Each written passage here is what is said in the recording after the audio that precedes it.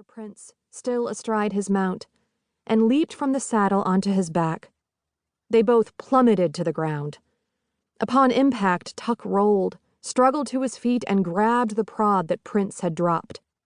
Pushing the pronged end against the fly of the other rancher's jeans, he pressed the trigger. Prince screamed and huddled to protect his groin. Tuck didn't hesitate and shocked him a second time on the back of his neck where bare skin was exposed. All Tuck got were those 2 chances to give Prince a taste of his own medicine. Then someone grabbed the prod and jerked it from his hand. "What do you think you're doing?" Polson had abandoned the gate and run over to intervene. "Damn, Tuck! Hot shots are for animals." "Not for a pregnant dog that's working her heart out. I'd like to shove it up the bastard's ass and light him up like a Christmas tree." Tuck swung out of the man's hold, picked up his Stetson, and strode back to his horse. "Y'all can turn a blind eye if you want. All I care about now is finding that poor dog and taking her to my place, where she'll be safe." He scanned the area. The blue heeler was nowhere in sight. "Which way did she go?" Polson pointed. "Down yonder, toward the river." Tuck mounted his gelding as Prince scrambled to his feet. "That bitch belongs to me," he yelled, thumping his chest and taking a step toward Tuck. "I already have buyers for her pups. You'll take her over my dead body." "That can be arranged," Tuck replied in a level voice. Prince stopped in his tracks. For the first time in his life, Tuck felt capable of murder. He turned his horse toward the stream. Then he stopped to drill Prince with a glare. "A piece of advice to you, Jared. When I come back with that dog, stay the hell out of my way."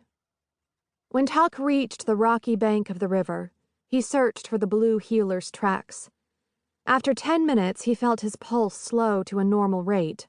But even though his anger had diminished, he didn't regret what he'd done, and knew he never would.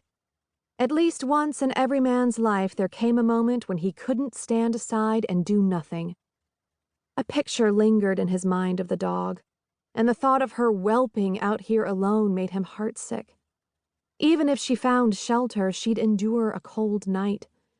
She'd also have no food, and once her pups were born, she'd be hard-pressed to hunt.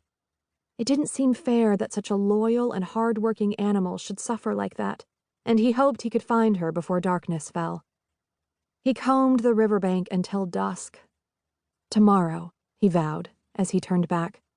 He'd return at first light to search again, and he wouldn't stop looking until he found her.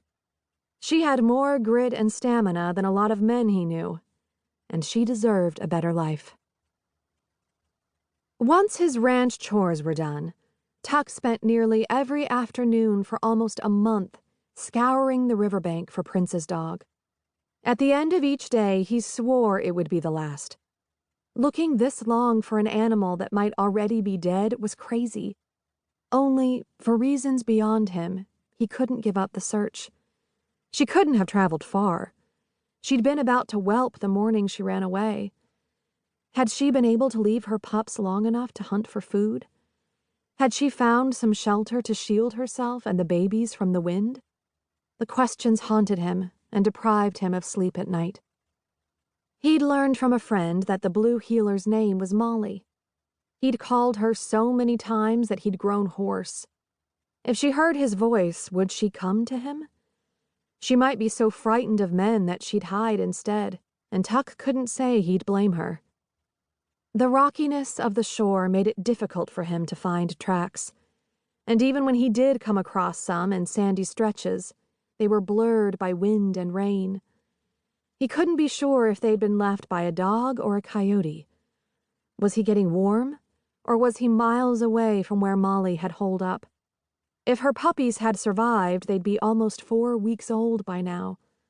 He wondered how many she might have had. 5? Maybe 6?